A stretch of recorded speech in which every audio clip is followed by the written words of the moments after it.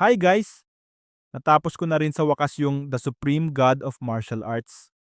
Kung dati ko kayong subscribers sa dating YouTube ko, at kung nasubaybayan nyo yung novel na to, ito na yung wakas.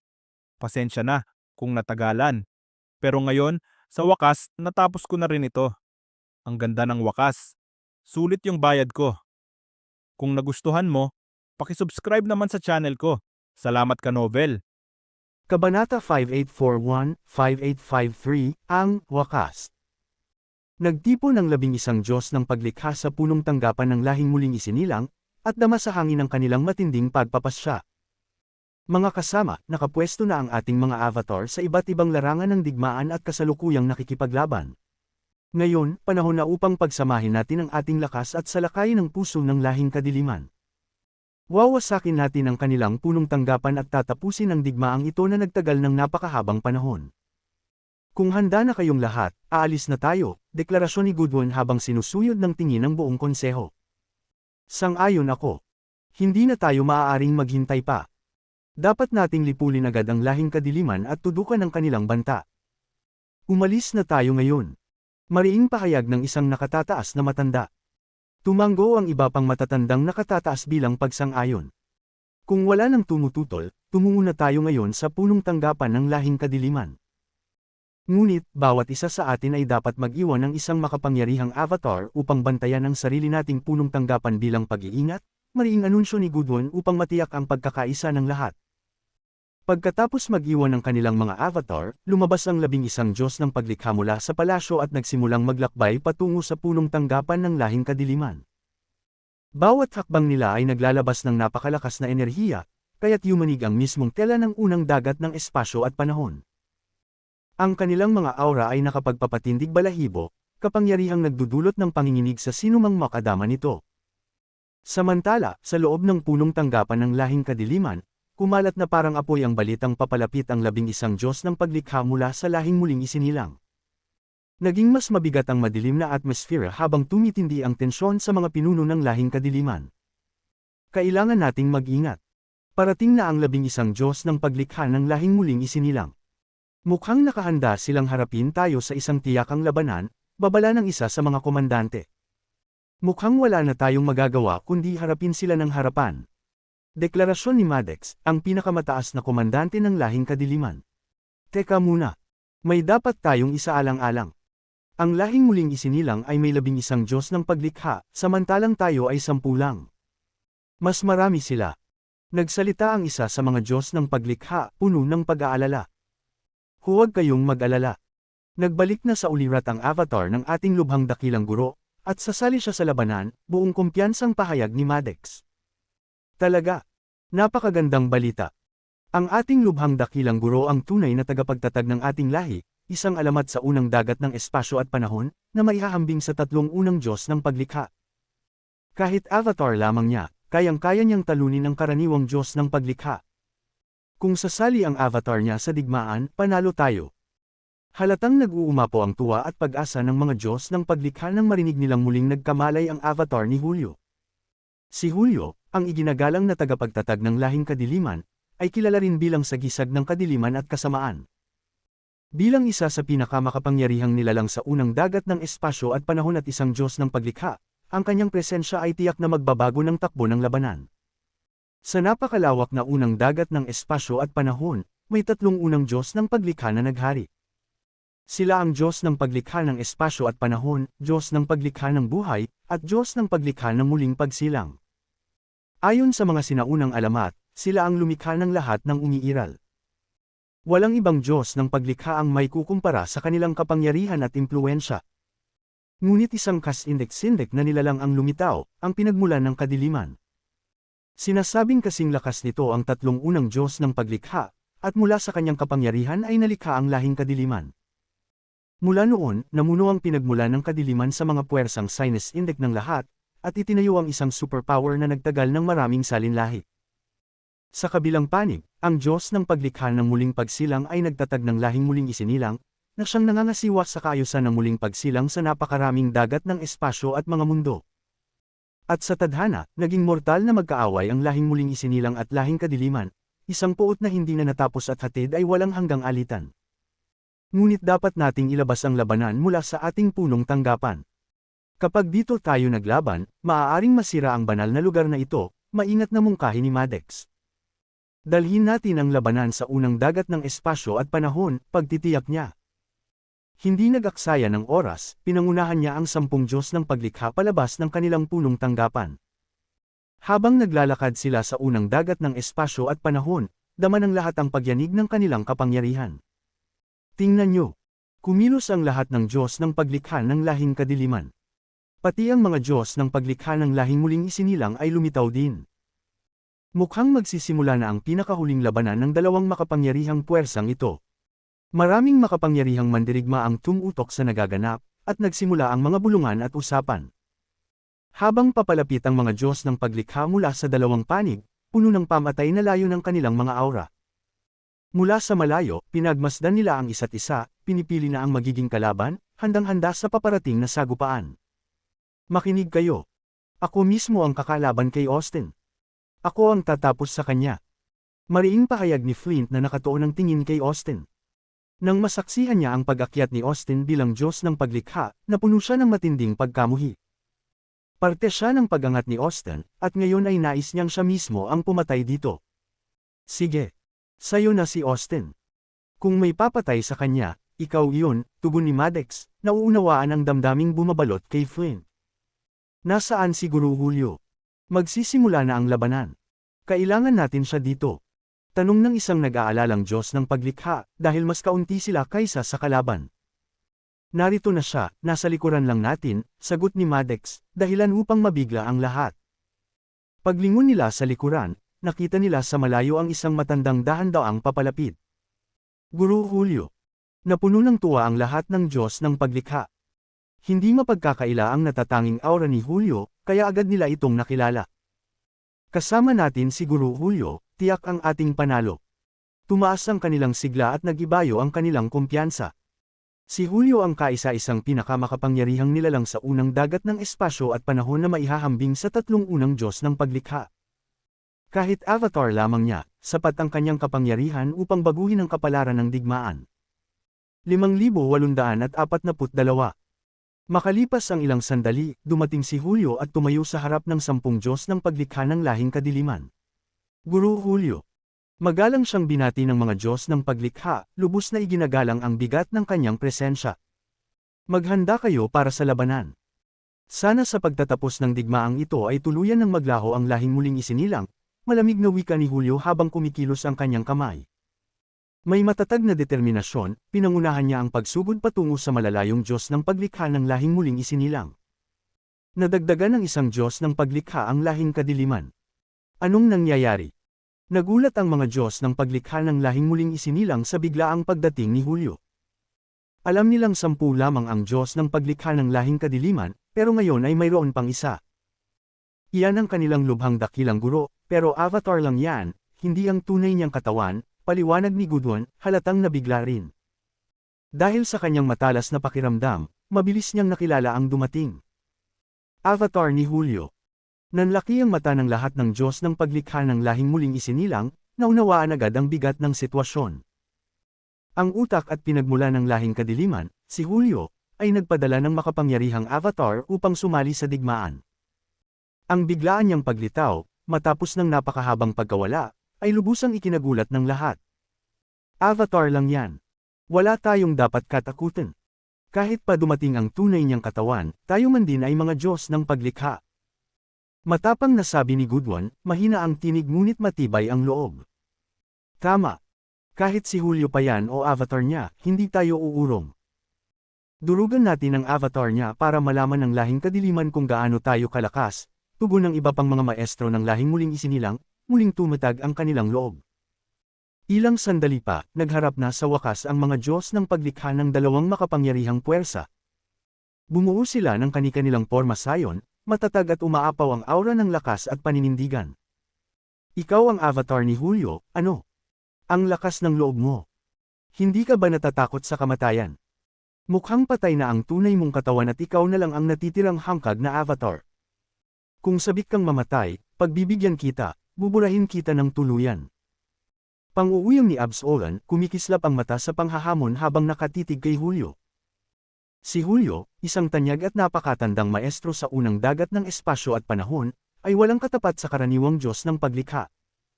Bilang mas nakabababa sa kanya, sadyang sinusubukan ni Absolan siyang galitin. Talagang walang modo ang lahing muling isinilang. Panahon na para tuluyan silang tapusin, malamig na tugon ni Julio, nanlalamig ang titig habang nakatingin kay Absolan. Avatar ka lang. At nagyayabang ka pa. Lumapit ka rito at pugutan kita ngayon din. Tumaas ang kilay ni Absolan, puno ng panghahamak. Ganun ba?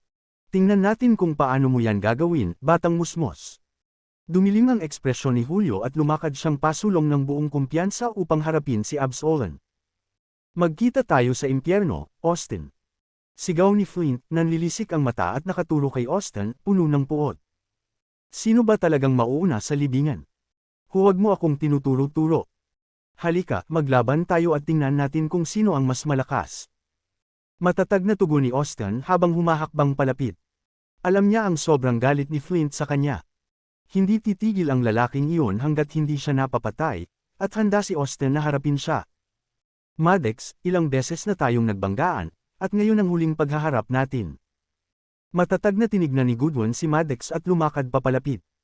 Bilang pinakamataas na komandante ng lahing muling isinilang, mortal na kaaway niya si Maddox, ang pinakamataas na komandante ng lahing kadiliman. Marami na silang mababanggas na laban, at ngayon ang takdang wakas. Pumili na rin ng kalaban ng iba pang mga Diyos ng paglikha at sumugod sa gitna ng kaguluhan. At sumiklab ang isang napakalaking labanan. Ito ang sagupaan ng mga Diyos ng paglikha, ang pinakamakapangyarihan at pinakamapaminsalang labanan sa kasaysayan ng unang dagat ng espasyo at panahon. Diyos ko! Mahigit 20 Diyos ng paglikha ang naglalaban. Ito'y laban na hindi pa nangyari kailanman, at bihirang-bihirang mangyari kahit sa hinaharap. Ang sandaling ito ay magiging isang makasaysayang yugto sa buong unang dagat ng espasyo at panahon. Halos hindi huminga ang mga makapangyarihang mandirigma sa kabuuan ng unang dagat ng espasyo at panahon habang pinagmamasdan ang digmaang hindi na muli nilang masasaksihan. Bata, aaminin kong kahanga-hanga ang talento mo. Ang maging Diyos ng paglikha sa murang edad ay hindi basta-basta. Pero ako'y mahilig pumatay ng mga henyo. Kapag napatay kita ngayon, tiyak na magugulantang ang lahing muling isinilang. Pang-uuyam ni Flint, hindi inaalis ang tingin kay Austin habang papalapit. Tigilan mo ang dakdak. Lumapit ka, pupugutan kita. Matapang na tugon ni Austin. Pagkasabi nito, umatake siya ng napakalakas, pinaputok ang enerhiya ng isang Diyos ng paglikha na nagdulot ng mga pagsabog na yumanig sa mismong espasyo. Ganting umatake si Flint, ibinuhos ang galit sa walang habas na pag-atake. Nagbanggaan ang dalawa na may pamatay na intensyon, at winasak nila ang napakalawak na bahagi ng espasyo. Ang kanilang enerhiya at mga batas na pinakikilos nila ay parang dambuhalang karagatan, umaalon, nagwawala, sumasalantan ng paligid. Sa malayo, aninag lang ang dalawang nagliliwanag na figure na nagtatagisan sa gitna ng lumaragasang enerhiya. Nagbangga ang kanilang mga palad. Bawat tama ay lumilikha ng mga alon ng puwersang nagpapayanig sa unang dagat ng espasyo at panahon, nagbubura ng buong dagat ng espasyo sa likuran nito. Nagdudurog ang oras, nababasag ang espasyo, ganito kalupit ang kanilang banggaan. Ang bawat isang galaw ay naglalabas ng hindi masukat na pagkawasak, at nanginginig ang unang dagat ng espasyo at panahon sa kanilang lakas. Nakakapanindig ang kapangyarihan ni Flint. Pinaghaharian niya ang oras at espasyo, pinatitigil ang lahat sa paligid. Naging parang larawan ng buong espasyo, at si Austin ay naipit, parang karakter sa loob ng isang pintura. Sumigaw si Austin at dinurog ang larawan sa isang suntok. Mula sa kanyang likod, lumitaw ang isang umiikot na bagong walong diagram. Sa kaliwa ay lakas ng paglikha. Sa kanan ay lakas ng pagkawasak. Ang dalawang puwersang ito ay nag-uunahan at nag-uumpugan, lumilikha at nagwawasak ng mga kababalaghan. Naging larangan ng digmaan ang walang hanggang espasyo, habang ginagambala ni Austin ang dalawang puwersang iyon gamit ang pambihirang kasanayan.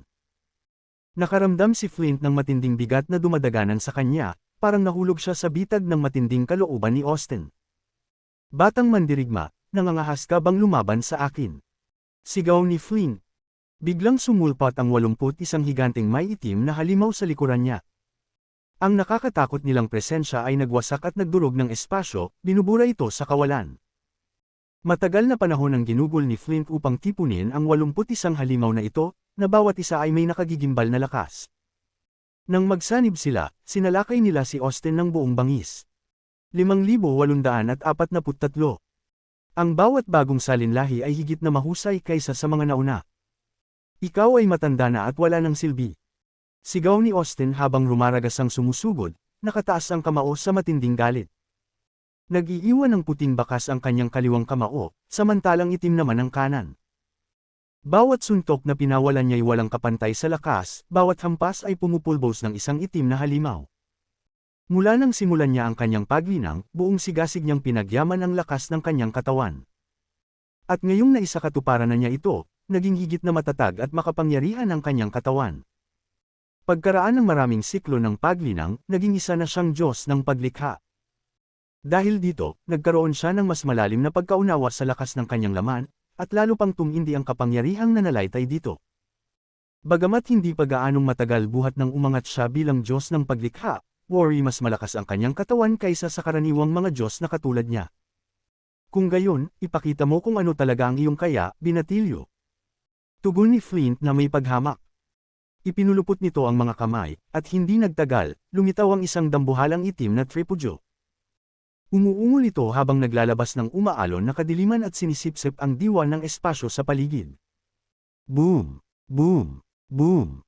Mabilis na umikot ang itim na tripodyo at sumugod kay Austin na tila bagyong pumuputok sa galit, winawasak ang lahat ng masapol at ginagawang alabok. Hindi umurong si Austin. Pinisil niya ang kamao at muling sumugod. Sa kanyang likuran, umiikot ang mga anyong liwanag at dilim, lumilikha ng mga bagong daigdig habang umiindayog. Hlang! Hlang! Hlang!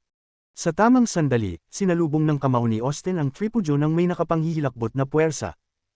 Nagtilamsik ang mga apoy at liwanag sa bawat tama. Nanginginig ang kalahati ng dagat ng sinaunang espasyo't panahon, at umalangaw ang mga dagandong na tila sisira ng mundo. Paanong nangyari ito? Hindi maaari. Kakapasok lang niya bilang Diyos ng paglikha, ngunit kaya na niyang makipagsagupaan kay Panginoong Flint, isang iginagalang na Diyos ng paglikha sa dagat ng sinaunang espasyo't panahon. Nagkakagulo ang mga mandirigma sa dakilang dagat na iyon, namamangha sa lakas ni Austin. Maglaho ka na, hambog na bata. Bulyo ni Flint, sukdulan ng galit nang marinig ang usapan ng mga mandirigma. Haha! Lahat ng ito'y dahil sa'yo, Flint. Sumabog sa tawa si Absolon. Kung tutusin, ikaw ang tumulong kay Austin para maging Diyos ng paglikha. Sa ating laban sa harap niya, nabuksan ang kanyang kamalayan. Doon siya nagsimula hanggang sa umangat siya sa antas na ito. Ginamit ko ang buong lakas ko laban sa iyo upang matulungan siyang makakamit ito. Matagal tayong naglaban, halos maubos ang lakas, ngunit hindi natin tinigilan hanggang sa siya'y magtagumpay. Flint, ikaw ang dahilan kaya narating niya ito. Umalangaw-ngaw ang tinig ni Absolon sa buong dagat, dinig ng bawat nilalang. ARRGH. Nang marinig iyon, nag-apoy sa galit si Flint. Boom! Inunat niya ang kamay at sinakmal ang isang malayong dagat espasyo. Gamit ang mga batas at kapangyarihan niya, ginawang walang kapantay na bitag ang dagat espasyo upang ipulupot kay Austin. Ngunit kumilos si Austin, isang matalim at maliwanag na liwanag tibak ang lumipad mula sa kanyang kamay at winasak ang dagat espasyo, hinati ito sa dalawa. Boom! Boom! Muling sumunggab si Flint sa mga kalapit na dagat espasyo, ginawang mga pambihirang bitag, at inihagis kay Austin ng buong puwersa. Gumanti si Austin. Sa kaliwang kamay, ginamit niya ang walang kapantay na espada. Sa kanan, ang pamatay kamao. Ang walang hanggang lakas ng dalawang teknik ay nagbuga ng alon-along enerhiya na sumabog sa nagngangalit na presyon. Ito ang huling araw mo sa mundong ito, bata. Sigaw ni Flint. Tumindig ang kanyang itim na buhok, nagliliyab sa nakamamatay na pagnanais pumatay. Mula sa batas ng kadiliman, umusbong ang may itim na kidlat, at naging umaalulong na talon ng kidlat na pumupulbo sa lahat sa loob ng dagat espasyo. Iyon na ba ang lahat ng kaya mo? Dumagundong ang kamao ni Flint na pumuputok ang mismong espasyo. Umuuga ang lahat. Naglalaho ang panahon, ang nakaraan, kasalukuyan, at hinaharap ay nagkakagulo. Lumalansag ang lahat. Sumugod si Austin, galit na tumitindi, ang unang laban niya bilang Diyos ng paglikha, at hindi niya maitago ang siglang makipagbanggaan sa isa pang makapangyarihang Diyos. Maya-maya, naglabas siya ng malakas na ulos, yumanig ang buong dagat. Si Panginoong Katwiran ay napakalakas. Hindi na mahalaga kung sino ang manalo, sumikat na ang kanyang pangalan. Nag-uusap ang mga mandirigma habang nagngangalit ang labanan. Roar! Biglang nagbagong anyo si Flint, tumubo ang may itim na balahibo sa kanyang katawan hanggang tuluyang nabalot siya nito. Dalawang pakpak na itim ang sumulpot sa kanyang likuran. Isa siyang higanting itim na ibong mandirigma, umapailan lang. Hlang! Hlang!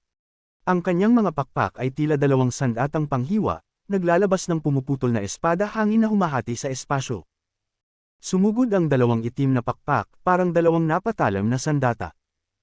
Samantala, mula sa likod ni Austin ay sumikat ang isang ginintoang araw, lumulobot lumalawak, nagliliyab sa nakasisilaw na liwanag. Ito ang kasulatan ng ginintoang araw, ang unang teknik na kanyang ipinag-ensayo, na ngayon ay binago niya upang maging paraan na nararapat para sa Diyos ng paglikha. Sa iglap, pinuno ng araw ang buong espasyo, sinusunog ang paligid. Hlang! Hlang! Hlang! Hamampas ang ginintoang araw sa dalawang itim na pakpak, at muling umalangaw-ngaw ang mga pagsabog. 5,844. Sa sandaling iyon, nagharap ng nag-iisa sina Austin at Flint. Nagpalitan sila ng mga pagsalag at paghampas na sukdulang lakas, at lumikha ng napakalaking pagsabog ng enerhiya sa dagat ng sinaunang espasyo't panahon. Dahil dito, maraming dagat-espasyo ang gumuho at naluso.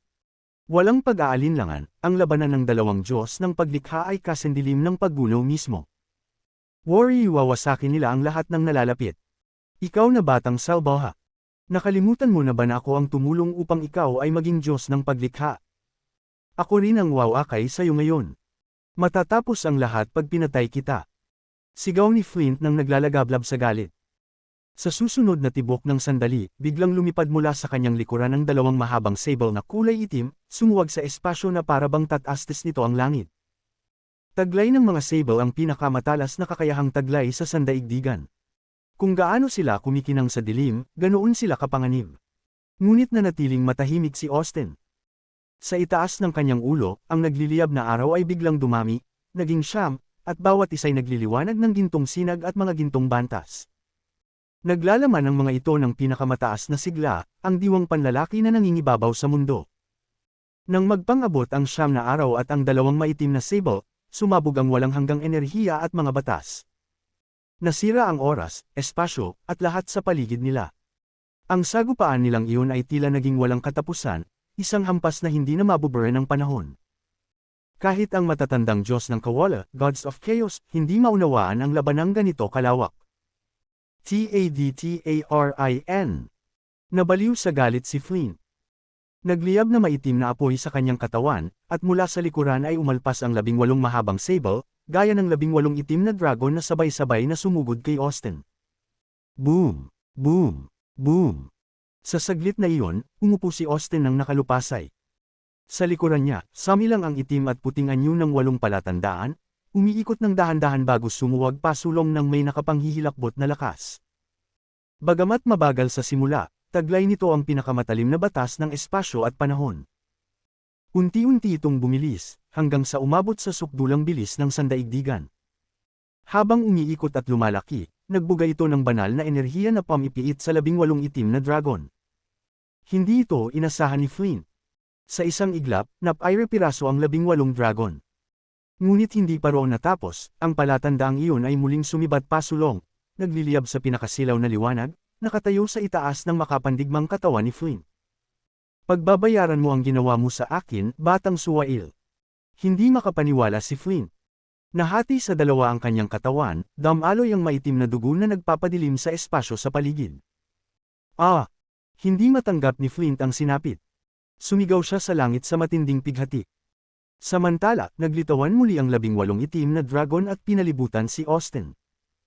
Marami sa kanila ang dumagundong sa kanyang katawan, butas-butas siya at naliligo sa sariling dugo. Ngunit ngumiti si Austin. Iyan na ba ang lahat ng lakas mo? Bagamat bagong Diyos ng paglikha lamang ako, kaya kitang patayin. Ang matanda mong antas ay walang saysay sa akin. Pag nalipol kita, malalaman ng lahi ng kadiliman kung gaano kalakas ang lahi ng paglilipat buhay. Sa isang kisap mata, naghilom ang lahat ng sugat ni Austin, para bang hindi siya kailanman nasaktan. Sa likuran niya, patuloy ang pag-ikot ng palatandaan. Malamig ang kanyang tinig, puno ng makamandag na paghahangad pumatay. Ang laban nila ni Flint ay hindi nauwi sa kawalan, dito niya natuklasan ang tunay niyang lakas. Hindi ako makapaniwala kung gaano kayabang si Panginoong Katwiran. Paano niya nagawang bantaan si Panginoong Flint? Siya'y bagong Diyos lang. Nag-uusap ang mga mandirigma habang nanginginig sa nasasaksihan. Patayin. Nagdilim ang isip ni Flint. Sa lubos na pagkapahiya, sumugod siya, bitbit ang lahat ng lihim na teknik ng lahi ng kadiliman, kasama ang kanyang mga kabling kayamanan. Ngunit nanatiling nakaluklok si Austin. At Bumwello ang palatandaan, umikot, lumaki, at sumugod. Pinigilan nito ang lahat ng atake ni Flint. Bumagal ang mga ito, at unti-unting naglaho. Imposible. Sigaw ni Flint, hindi makapaniwala na napipigilan siya ng isang binatilyo. Boom! Boom! Boom! Lalong lumaki ang palatandaan hanggang punuin nito ang buong espasyo. Habang umiikot, sinisipsip nito ang lahat ng batas at enerhiya sa dagat, na parabang ang mismong sandaigdigan ay kumakampi kay Austin. Napasigaw sa sindig at galit si Flint. Ginamit niya ang buong lakas upang maipit si Austin, umaasa sa mas mataas niyang antas. Ngunit napagtanto niyang kahit mas mataas ang antas niya, mas malakas ang mismong enerhiya ni Austin. Ang palatandaan sa likod nito ay patuloy na humihigop ng lakas ng sandaigdigan, at lalo pang pinalalakas ang binata. Boom! Nagpatuloy sila sa libu-libong palitan ng suntok at atake. Sa wakas, tumama ang kamao ni Austin, napabagal si Flint, at lumipad palayo. Crack! Sumibat ang palatandaan, hiniwa ang katawan at kaluluwa ni Flint sa maraming piraso. Umalangaw-ngaw ang kanyang daing sa buong dagat espasyo. Haha! Austin! Hindi ko akalaing magiging ganito kalakas ka. Sigaw ni Absolen, natutuwa. Mula noon pa man, mortal na magkaaway sina Absolen at Flint. Palagi silang naglalaban, ngunit pantay sa lakas kaya't wala silang nagwawagi. Hindi inakalang si Austin, isang nakababata, ang magpapabagsak kay Flint. Salamat sa langit.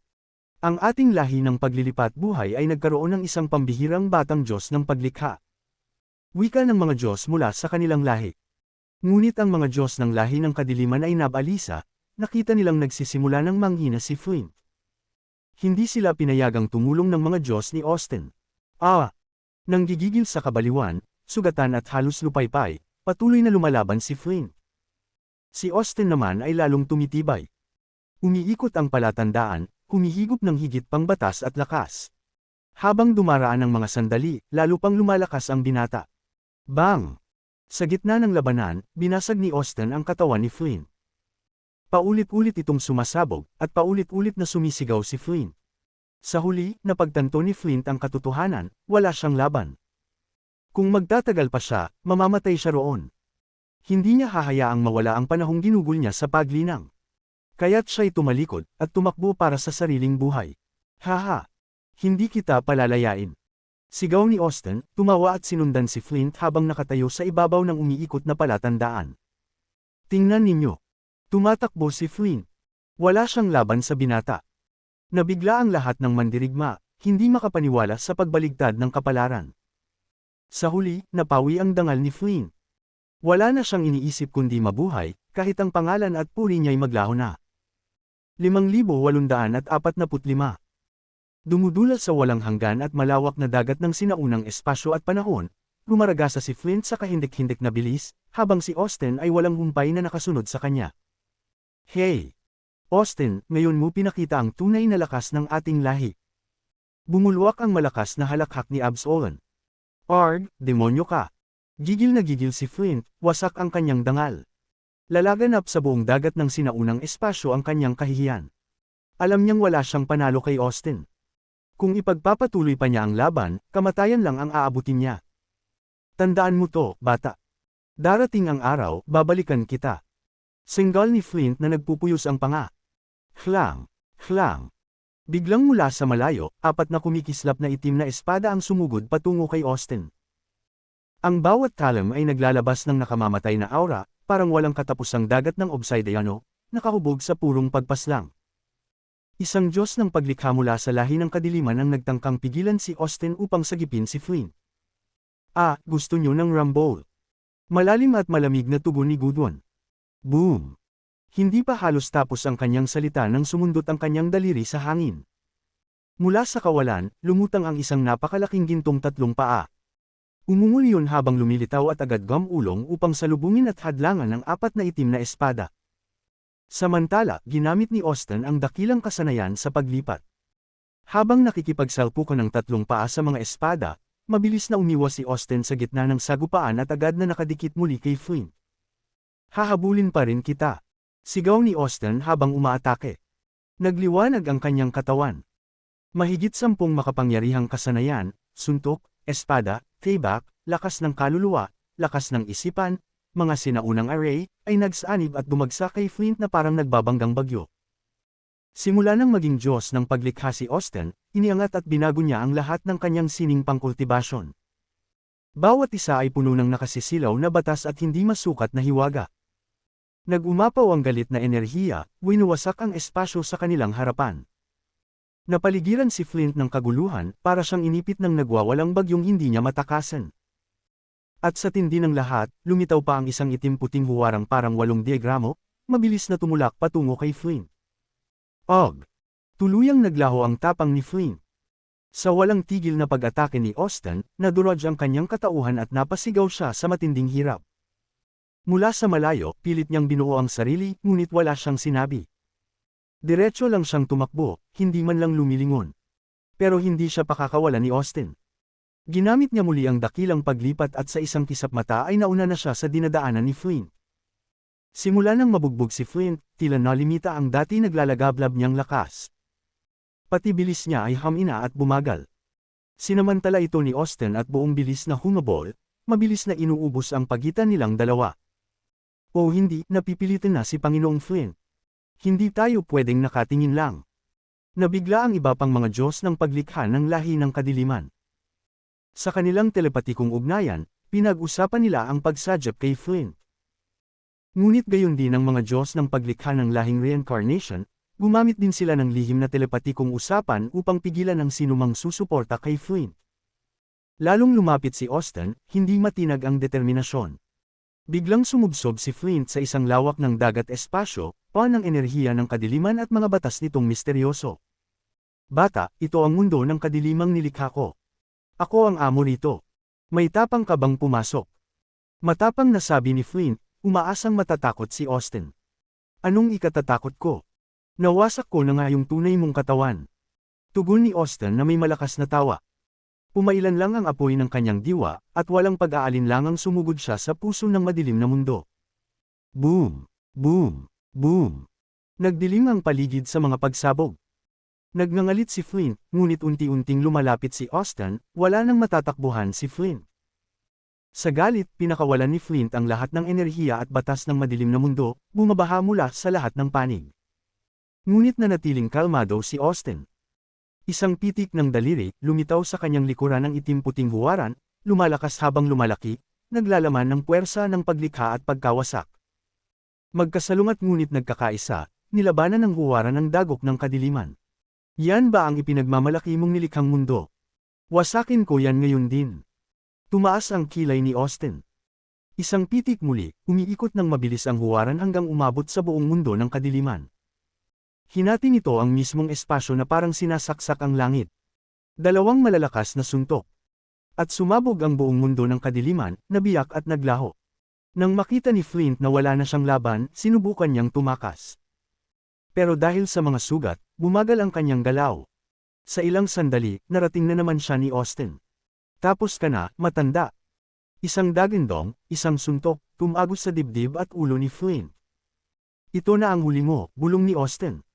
Umalangaw-ngaw ang sigaw ni Flint. Hindi niya matanggap ang pagkatalo.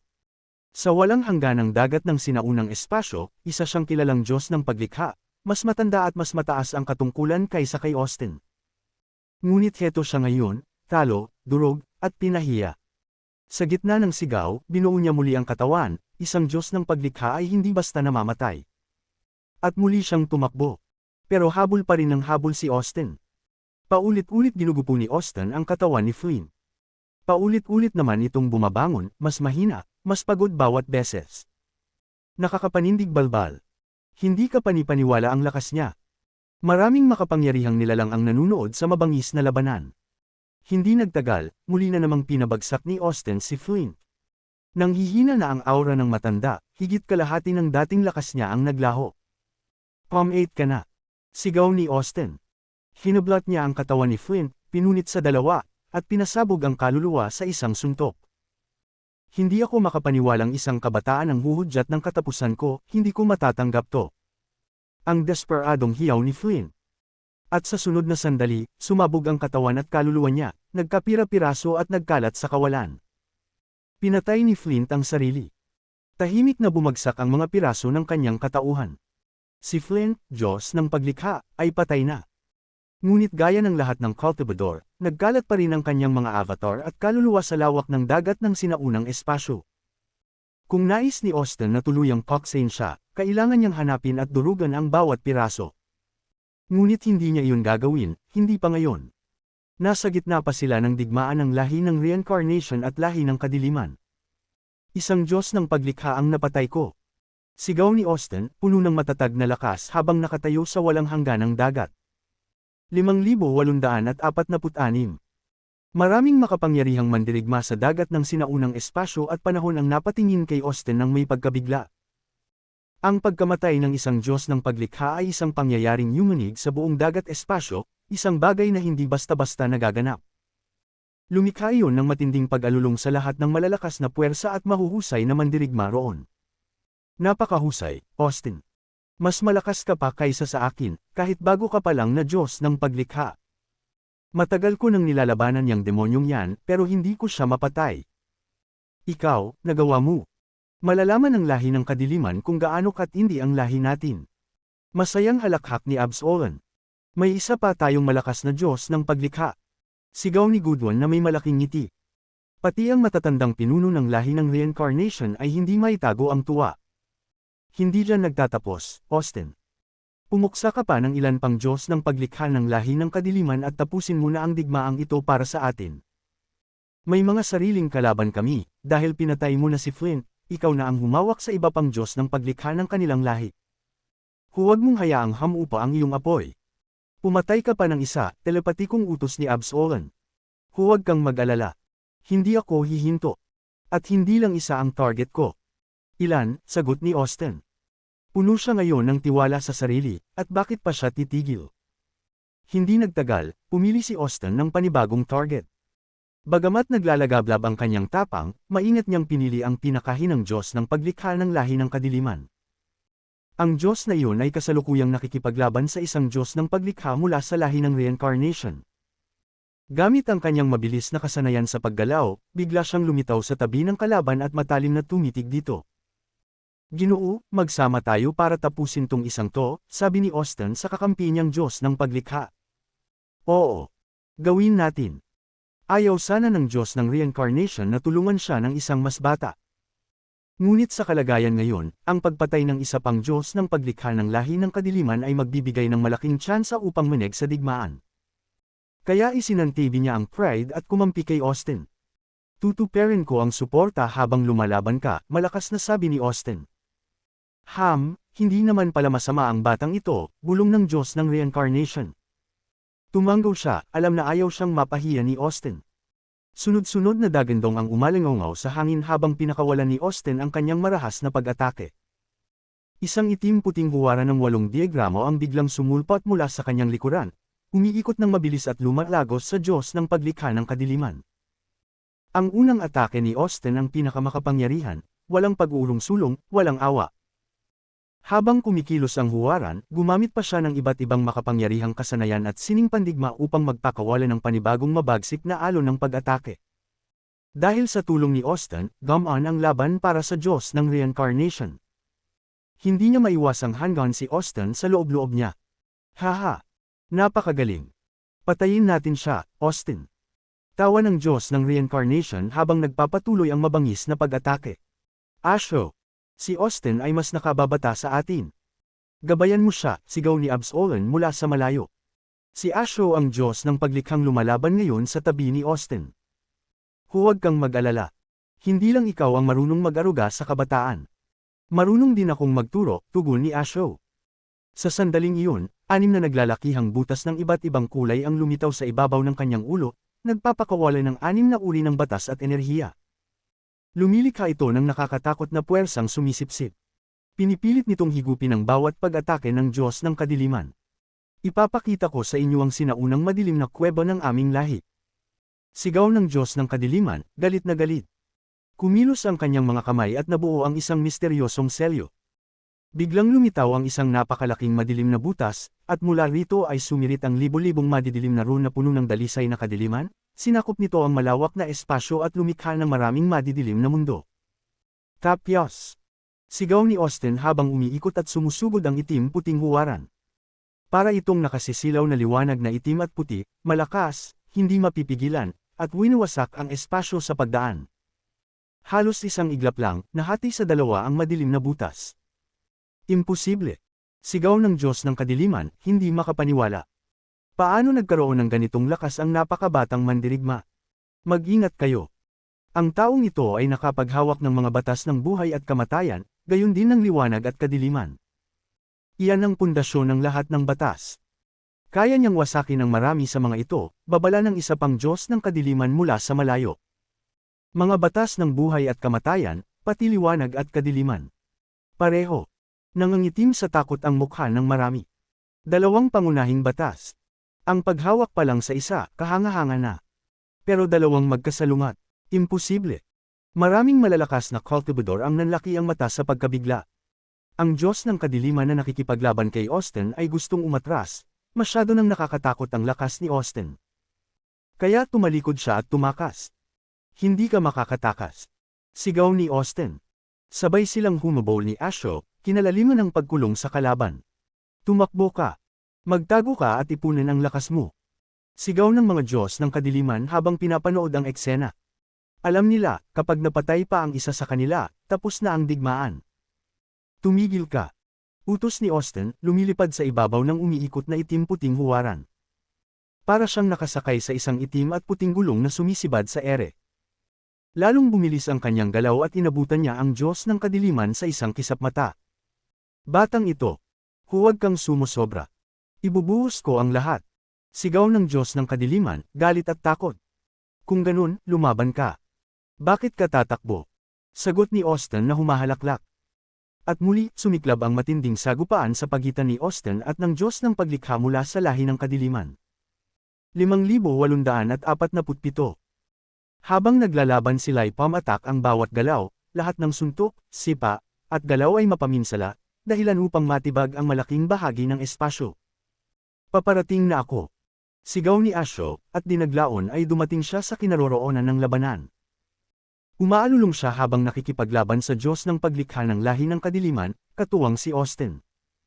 Dahil sa sabay-sabay nilang pag-atake, natambo agad ang Diyos ng kadiliman.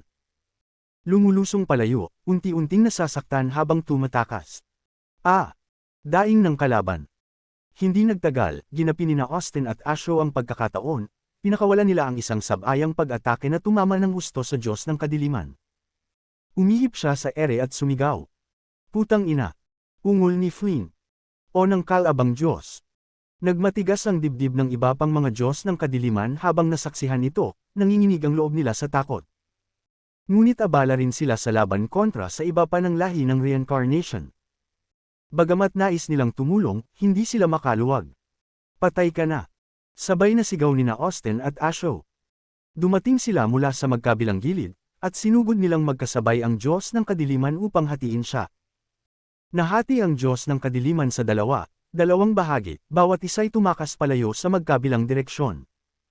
Habulin niyo sila. Sigaw ni Asho sabay habol sa isang bahagi.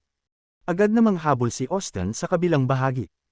Ang kalahati ng kapangyarihan ng Diyos ay napalayo, ngunit hindi sapat iyon laban sa lakas ni Austin. Nang mahuli ni Austin ang hinabol niyang bahagi, ilang galaw lang, pinasabog niya ito. Sa lalong malayong bahagi, ginawa din ni Asho ang ganoon sa kabilang hati. Isang Diyos ng paglikha mula sa kadiliman ang muling napatay. Hindi posible. Sigaw ng mga matataas na pinuno ng lahi ng kadiliman, nangangimbang ang mukha. Hindi nila matanggap ang nangyari. Labis na nanghina ang puwersa ng lahi ng kadiliman dahil sa pagkamatay ng dalawang Diyos ng paglikha. Maraming madidilim na mundo ang nanginginig, tila naglindol ang buong kalawakan. Haha! Maglalaho na ang lahi ng kadiliman. Sariwa ang halakhak ng mga pinuno ng lahi ng reincarnation. Austin! Patayin pa natin ang isa pa sa mga Diyos ng kadiliman. Sigaw ni Asho. Sige. Tara na. Tugon ni Austin, nagtawanan. Tara na. Halakhak ni Asho. Gamit ang kanilang kakayahan sa mabilis na paggalaw, sinalakay nina Austin at Asho ang isa pang Diyos ng kadiliman. Ang Diyos na iyon ay kasalukuyang ipinaglalaban ng isang Diyos ng lahi ng reincarnation. Nang makita siya nina Austin at Asho, nanlabo ang kanyang mukha sa takot. Gusto niyo ng ambush? Sigaw niya, nanginginig ang tinig. Oo naman. Sigaw ni Austin. Patayin. Utos na sabay nilang tinupad. Tatlong Diyos ng lahi ng reincarnation ang sumugod sabay laban sa isa mula sa kadiliman, lahat ng lakas ipinagsama. Sa unang tingin, lalakas ang kalaban, makapangyarihan siya. Pero kahit tatlo laban sa kanya, nanatili siyang matatag ng matagal. Dahil dito, nagdesisyon si Austin na ibuhos ang lahat. Sumugod siya at hinawakan ng mahigpit ang Diyos ng kadiliman. Bali ka na, bata! Sigaw ng kalaban habang kumikilos laban kay Austin. Boom! Boom! Boom! Umapaw ang atake ng Diyos ng kadiliman sa katawan ni Austin, maraming butas ng dugo ang tumusok sa katawan niya. Ngunit hindi alintana ni Austin. Mahigpit niyang yamakap sa kalaban, pinagbuga ang lahat ng kanyang lakas at batas, suntok, espada, aura, at binomba ang katawan ng kalaban. Mula sa kalangitan, bumaba ang itim-puting huwaran. Paulit-ulit itong pumutol sa ulo ng Diyos ng kadiliman. Bigla, ginapang si Austin, binaliktad ang kalaban hanggang silang nag-ulong magkadikit, parang mga salisiyang mandirigma. Sirs! Patayin niyo siya! Sigaw ni Austin na tila nag-uutos. Nagmadali sina Asho at isang Diyos ng reincarnation para tumulong. Hindi nag-aatubili, dumiretso silang tumulong at pinigilan ang kalaban. Boom! Boom! Boom! Nagbuga ang enerhiya at mga batas ng apat na Diyos ng paglikha, nagwasak ang espasyo sa paligid. Nagpagulong-gulong ang apat na Diyos, parang mga mararahas na tulisan sa lansangan. Sugod! Sigaw ng grupo. Halos nangangatog sa pagkabigla ang daan-daan at libong mga makapangyarihang mandirigma sa dagat ng sinaunang espasyo at panahon habang nanunood. Patay ka na! Sabay-sabay na sigaw nina Austin, Asho, at isa pang Diyos ng reincarnation habang binahagi at winasak ang katawan ng Diyos ng kadiliman. Iyak ng Diyos ng kadiliman, mabagsik ang sakit. Ngunit hindi natigil ang kalaban. Muling binuo ang katawan at tumakbo. Ngunit handa sina Austin at ang dalawang kasama niya. Hindi nila pinabayaan ang pagkakataon, binuwal nila siya, pinabagsak, at pinasukan ng sabayang atake. Paulit-ulit nilang pinasabog ang katawan niya. Sigaw ng Diyos ng kadiliman, isa pang desperadong daing, at sa huli, namatay siya ng tuluyan. Bagamat napakalakas niya, huyang-huyan siyang nawasak sa sabayang atake ng tatlong Diyos ng lahi ng reincarnation. Isang Diyos ng paglikha ng kadiliman ang napatay. Sigaw, may pagkagulat at galit, ng mga nanunood. Santo Diyos! Tatlong magkakasunod na kamatayan. Hindi ko pa ito nakita buong buhay ko. Sambit ng isa sa kanila. Wala nang pag-asa ang lahi ng kadiliman sa digmaang ito. Sa buong dagat ng sinaunang espasyo at panahon, ito ang naging usap-usapan ng napakaraming makapangyarihang mandirigma. Mabilis na sumugod sina Austin, Asho, at ang isa pang Diyos ng reincarnation sa isa pang kalaban, isang Diyos ng paglikha ng kadiliman. Magaling! Malapit na tayong magwagi sa digmaang ito, sambit ni Goodwin habang tumatango at nakangiti. Matagal na tayong nakikipaglaban sa lahi ng kadiliman sa dagat ng sinaunang espasyo, at lagi nating kinakahirapan ang pagtataya kung sino ang mananaig. Hindi ko inakala na isang batang tao ang makapagpapabago ng balansed, na magbibigay ng buong kalamangan sa lahi natin. May silbi siya, bulong ni Goodwin habang nakamasid kay Austin. 5,848. Samantala, sa gilid ng primitive space-time sea, dalawang napakalaking puting mata ang nakatingin kay Austin ng may labis na paghanga. Ito ay maganda. Mas maganda pa sa maganda. Hindi ko inasahan na ang kinalabasan ng matagal ng digmaan ay mababago ng isang baguhang junior lamang. Ang batang iyan ay may tapang at lakas ng loob. Maswerte ang lahi ng reincarnation na may isang tulad niya. Kaya, kumbinsido ka na, ha? Mas kaunti ang mga Diyos ng paglikha ninyo kaysa sa amin. Ang batang iyon sa aming lahi ay nasa sentro ng atensyon at tila swerte ang kanyang daraanan. Sa tingin ko, malinaw na ang kinalabasan ng digmaang ito. Tama ba ako? Tumingin ang malalaking puting mata sa isa pang gilid ng primitive space-time sea sa malayo. Ang tila mapagmataas na mga puting mata ay nagpadala ng isang mahalagang mensahe sa taong nagtatago sa kabilang panig. Humph, huwag kang masyadong kampante. Maaaring mabago pa ng kakumpetensya ng junior ang takbo ng laban batay sa kanyang kakayahan. Pagkatapos ng lahat, wala pang desisyon ang nagawa, bungad ng isang lalaki na may malalaking itim na mata habang bamuka ang kanyang mga mata. Haha! Mukhang ayaw mo pa ring sumuko. Hintayin na lang natin ang resulta. Pero isang bagay ang sigurado, matatalo ka sa digmaang ito. Sigaw ng lalaki na may puting mata habang tawa ng malakas. Isipin mo ang gusto mo. Pero malapit mo ring matutunan na ang kasamaan ay hindi kailanman magtatagumpay laban sa kabutihan.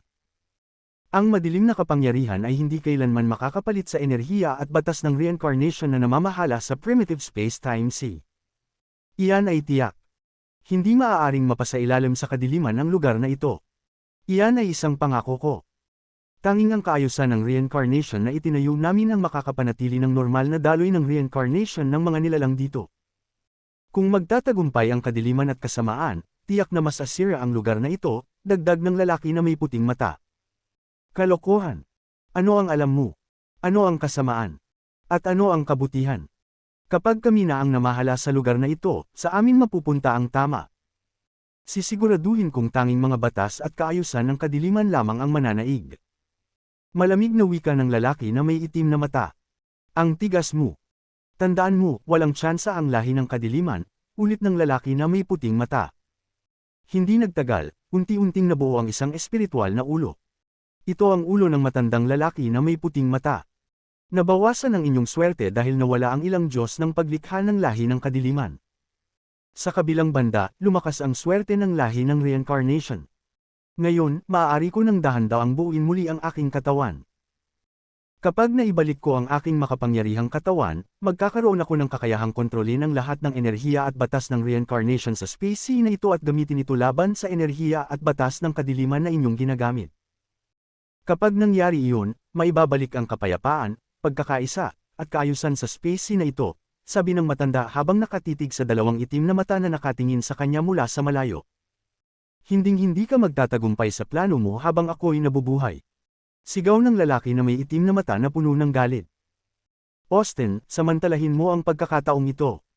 Patayin mo pa ang ilang Diyos ng paglikha mula sa lahi ng kadiliman. Ito ang pinakamainam na panahon para wakasan natin ang lahi ng kadiliman at putulin ang digmaang ito. Biglang nakatanggap si Austin ng mabigat at mahalagang mensahe mula kay Gudwon. Austin, subukan mong patayin pa ang ilang Diyos ng paglikha mula sa lahi ng kadiliman. Ito ang pinakamainam na pagkakataon natin. Telepatikong wika ni Abs Olan kay Austin. Austin, ano pa ang hinihintay natin? Simulan na natin ito. Sigaw ni Asho, sabik at puno ng motibasyon habang nakatingin kay Austin. Sa sandaling iyon, may kislap ng pag-asa sa mga mata ng mga Diyos ng paglikha mula sa lahi ng reincarnation. Sa kanilang mga puso, umaasa sila ang magiging panalo sa digmaang ito. Naiintindihan ko. Mas maaga nating tapusin ito, mas mabuti. Tiyak na naunawaan ni Austin ang kanilang ibig sabihin ng sabihing dapat niyang samantalahin ang pagkakataon. Mas marami ang mga Diyos ng paglikha sa kanyang panig kaysa sa lahi ng kadiliman. Kung mapapatay niya pa ang ilan sa kanila, tiyak na mapapanalo sila. Hindi nag-aksaya ng oras, ginamit ni Austin ang kanyang kakayahan sa mabilis na galaw ng katawan at roomspan patungo sa isa pang kaaway. Samantala, sumunod din si Asho at isa pang Diyos ng paglikha sa panig ni Austin. Buong lakas nilang sinalakay ang mga kaaway, puno ng enerhiya at layuning pumatay. Ngayon, 4 na Diyos ng paglikha mula sa lahi ng reincarnation ang nakikipaglaban sa isa mula sa lahi ng kadiliman. Hindi nagtagal, nagsimulang mawala ng kalamangan ang Diyos ng paglikha mula sa lahi ng kadiliman. Si Austin ang pinakamakapangyarihan sa 4 na Diyos ng paglikha mula sa lahi ng reincarnation. Bagaman bagong Diyos ng paglikha pa lamang siya, nalampasan na niya sa lakas ng pakikipaglaban ang ilan sa mga Diyos ng kaaway. Ang lahat ng lakas na ito ay dahil sa pagsasanay ni Austin sa dalawang pangunahing batas. Upang maging Diyos ng paglikha, kailangang mamaster muna ng isang tao ang isang batas. Ngunit sa kaso ni Austin, na-master niya hindi isa kundi dalawang batas. Iyon ang dahilan kung bakit mas malakas ang kanyang lakas kaysa sa iba kahit bagong Diyos pa lamang siya. Nang ibabaw ang apat na Diyos ng paglikha mula sa lahi ng reincarnation laban sa kaaway. Dahil dito, ang Diyos ng paglikha mula sa lahi ng kadiliman ay napalipad at nasaktan ng malubha. Tulungan niyo ako. Kailangan ko ng tulong. Alam ng Diyos ng paglikha mula sa lahi ng kadiliman na hindi niya kayang lumaban ng isa laban sa apat. Dahil dito, nawalan siya ng lakas ng loob at nais na lamang tumakas mula sa kanyang mga kalaban. Huwag kang magmadali. Akala mo ba makakatakas ka lang? Naabot ni Austin ang kanyang pinakamabilis na bilis habang nakatapak sa itim at puting pattern. Kaagad, naabutan niya ang Diyos ng paglikha mula sa lahi ng kadiliman upang pigilan ito. Habang lumilipas ang oras, patuloy na lumalaki at umuusad ang pattern sa ilalim ng kanyang mga paa. 5,849. Samantala, naramdaman ng Diyos ng paglikha mula sa lahi ng kadiliman ang nakakakilabot na aura na pinapalabas ng pattern. Nang mapagtanto niya ang nangyayari, biglang nagbago ang ekspresyon ng kanyang mukha. Pumunta ka sa impyerno, munghang bata. Habang mabilis na sumulong si Austin, nahabol din siya ng tatlong Diyos ng paglikha mula sa lahi ng reincarnation. Pagkapwesto nila, sabay-sabay nilang inilunsad ang malupit na atake. Huminto. Sigaw ng iba pang Diyos ng paglikha mula sa lahi ng kadiliman, alam nilang wala silang sapat na lakas. Marami na sa kanilang mga kasamahan ang napatay, na labis na nagpahina sa kanilang kabuoang lakas. Alam nila na kung mamatay pa ang isa sa kanila, mas lalo silang manghihina. Bata, pinaslang mo ang marami sa aming makapangyarihang kasamahan. Ngayon, kailangan mong magbayad. Biglang lumitaw ang isang matangkad na nilalang sa likod ni Austin at sumigaw ng galit. Austin, mag-ingat ka. Iyan si Maddox, at siya ay isang puwersang dapat igalang. Paalala ng mga Diyos ng paglikha mula sa lahi ng reincarnation kay Austin sa pamamagitan ng kanilang telepathic link. Nag-aalala sila na baka maliitin ni Austin ang kapangyarihan ng kanyang kalaban. Maddox, hayaan mo siya. Labanan mo ako. Hindi ka ba nahihiya na lumaban sa isang batang lalaki? Sigaw ni Gudwon ng galit. Kanina, nakikipaglaban si Maddox kay Gudwon. Pinipigilan ni Gudwon si Maddox na tulungan ang kanyang mga kasamahan. Ngunit ilang sandali lang ang nakalipas, sa likod ng lahat, ginamit ni Maddox ang isang lihim at kahangahangang teknik sa pagtakas at sumugod sa likod ni Austin. Nagulat at nagalit si Gudwon, kaya ginamit niya ang kanyang kakayahan sa galaw ng katawan para habulin si Maddox. Wala akong dapat ikatakot dito. Hindi ako natatakot sa kawawang matanda na ito. Tugon ni Austin nang may kumpiyansa. Si Maddox ang leader ng lahi ng kadiliman, katulad ng posisyon ni Gudwon. Walang duda, kilala si Maddox bilang isang makapangyarihang mandirigma. Ngunit alam ni Austin kung sino si Maddox. Nang makita niyang papalapit si Maddox, hindi takot ang namamayani sa kanyang puso, kundi ang kanyang fighting spirit. Hindi nagtagal, unang kumilos si Austin. Ang itim at puting pattern ay nagsimulang umikot ng mabilis at hampasin si Maddox ng napakalakas. Ang pattern ay naging simbolo ni Austin at ito rin ang kanyang pinakamakapangyarihang teknik. Ang atakeng ito ay naglalaman ng dalawang pangunahing batas na na-master ni Austin. Sa pinagsamang lakas nito, tiyak na magpapahina sa kanyang kalaban. Kaya't nakuha ni Austin ang nakakakilabot na kapangyarihan na ito mula noong siya ay naging Diyos ng paglikha. Nang makita ni Maddox ang galaw na ito, hindi siya nakapigil na manabik. Bilang depensa, inilunsad niya ang kanyang kontra-atake. Bilang leader ng lahi ng kadiliman, tinitingala siya ng lahat. Kumpiyansa si Maddox sa pakikiharap sa mga mas batang mandirigma. Kaagad niyang ipinakita ang kanyang sikreto, sumabog ang infinite darkness mula sa likuran niya, bumuo ng isang dagat ng itim na halos lulubog kay Austin. Sa sandaling iyon, ang pattern ni Austin ay naging napakalaki at halos napuno ang buong espasyo. Saan man ito pumunta, nawasak ang kadiliman. Napakabangis mong bata. Paano mo nagawa na patayin ang napakaraming Diyos ng paglikha mula sa aming lahi? Sobrang pagkawasak ang ginawa mo. Puputulan ko ang ulo mo at gagantay sa pagkamatay ng aming mga Diyos ng paglikha. Wika ni Maddox ng malakas at puno ng nakamamatay na layunin. Sino ka ba, matanda? Kung gusto mo akong patayin, ipakita mo kung ano ang kaya mo. Sobrang yabang mo. Baka ako pa ang pumatay sa iyo para patigilan ang bunganga mo, tugon ni Austin ng may labis na pang-iinsulto. Pagkatapos, nagsimula ang matinding labanan ng dalawang Diyos ng paglikha. Patuloy na umuusbong ang enerhiya at mga batas mula sa gitna ng laban, lumilikha ng nakamamatay na puwersa. Sa sandaling iyon, isang malawak na bahagi ng espasyo ay nawasak at naging mga pira-piraso. Hindi nagtagal, sumugod si Gudwon upang makilahok sa mabagsik na labanan. Lihis ka, Austin. Matagal na akong nakikipaglaban sa kanya. Nangako ako na ako ang magtatapos sa kanya. Siya ay akin. Hayaan mo kaming mag-isa, utos ni Gudwon kay Austin. Tumango si Austin at sinunod ang kahilingan ni Gudwon. Wala rin siyang ibang pagpipilian. Nag-aalala si Gudwon na wala siyang sapat na karanasan sa labanan at hindi kayang talunin ang pinuno ng lahi ng kadiliman. Sige, huhusgahan ko na ang hakbang. Good luck, Master Gudwon. Nang makita niyang inalis siya ni Gudwon at kinuha ang pangunahing posisyon, wala nang ibang pagpipilian si Austin kundi sumang-ayon. Pagkatapos, bumaling siya, itinutok ang pansin sa isa pang Diyos ng paglikha mula sa lahi ng kadiliman, at sinalakay siya ng malupit. Samantala, sina Asho at ang dalawang Diyos ng paglikha mula sa lahi ng reincarnation ay sinalakay ang Diyos ng paglikha mula sa lahi ng kadiliman. Sa pinagsamang atake ng tatlong Diyos ng paglikha, napag-isa ang Diyos ng paglikha mula sa kadiliman at napasailalim sa matinding presyon. Pagkalipas ng ilang sandali, napalipad siya sa hangin dahil sa malupit na atake.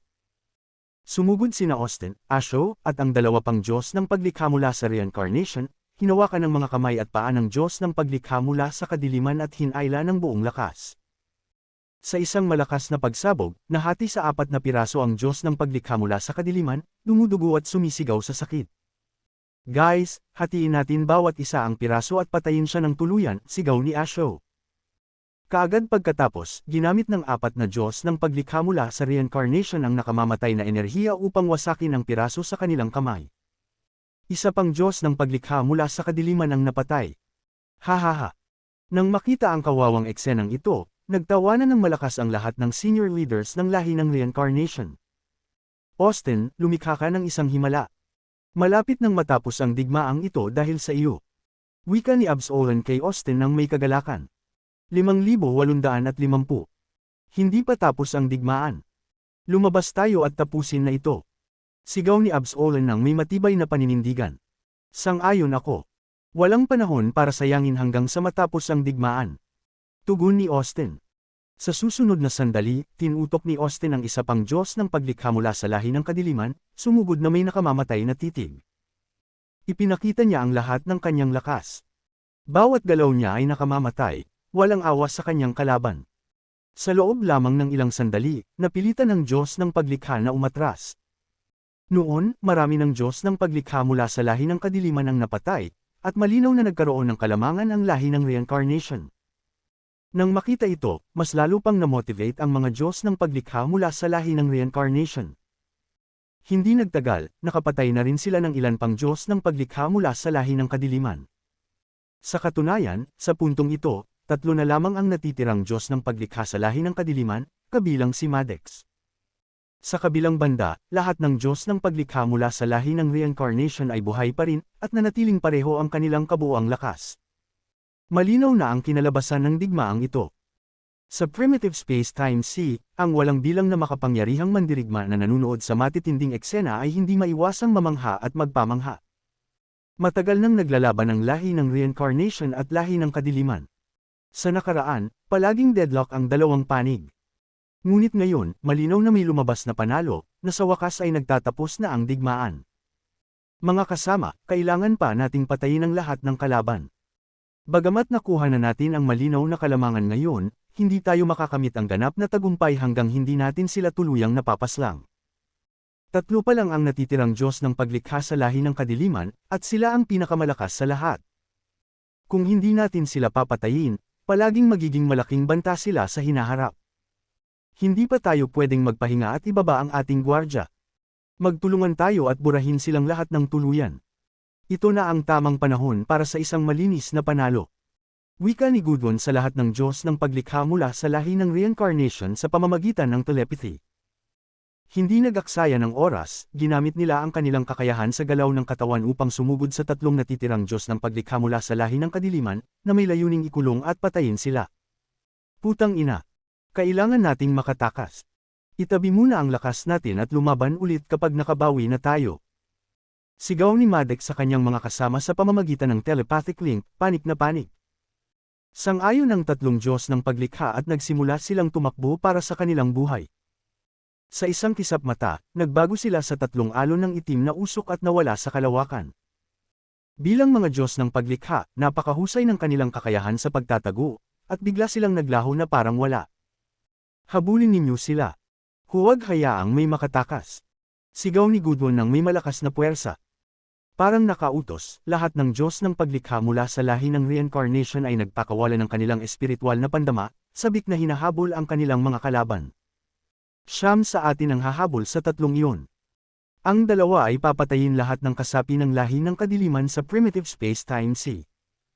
Ngayon, titiyakin nating hindi na muling uusbong ang lahi ng kadiliman sa primitive space-time sea. Utos ni Gudwon sa pamamagitan ng telepathy. Nang matanggap ang mensahe mula kay Gudwon, agad na sumang-ayon ang lahat. Alam nila na kung mananalo ang lahi ng kadiliman sa digmaang ito, ganoon din ang gagawin nila, ganap na alisin ang banta ng kabilang panig. Kaya, dalawang Diyos ng paglikha mula sa lahi ng reincarnation ang huminto sa kanilang galaw, bumaling, at nagsimulang lipulin ang lahat ng ordinaryong kasapi ng lahi ng kadiliman sa primitive space-time sea. Patuloy ang digmaan sa pagitan ng dalawang lahi. Sa buong primitive space-time sea, may mga kumpol ng labanan, na nagdudulot ng kaguluhan sa lahat ng dako. Sa simula, wala sa dalawang panig ang makakuha ng malinaw na kalamangan. Pareho silang may maraming mandirigma, kaya mahirap tukuyin ang panalo sa ganitong malawakang labanan. Ngunit ngayon, nang sumali ang dalawang Diyos ng paglikha sa laban, agad na naging hindi balansyado ang sitwasyon. Napakabilis ng bilis ng dalawang Diyos ng paglikha mula sa lahi ng reincarnation. Sa bawat hakbang, narating nila ang isang battlefield. Pagkatapos, ginamit nila ang kanilang makapangyarihang kakayahan upang paksain lahat ng kasapi ng lahi ng kadiliman sa isang kisap mata. Noon, hindi nakikilahok ang mga Diyos ng paglikha sa laban ng mga normal na mandirigma dahil pantay ang bilang ng mga Diyos ng paglikha sa parehong panig. Bukod dito, palaging nagtatarget sa isa't isa ang mga Diyos ng paglikha, kaya walang pwedeng kumilos ng padalos-dalos. Ngunit ngayon, lumuwag ang laban. Tatlo na lamang ang natitirang Diyos ng paglikha sa lahi ng kadiliman, at hindi na nila mapoprotektahan ang kanilang ibang kasapi.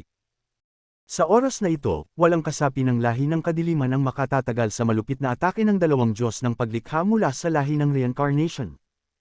Wala nang sino man ang nakaligtas sa kanilang walang awa at malupit na puwersa.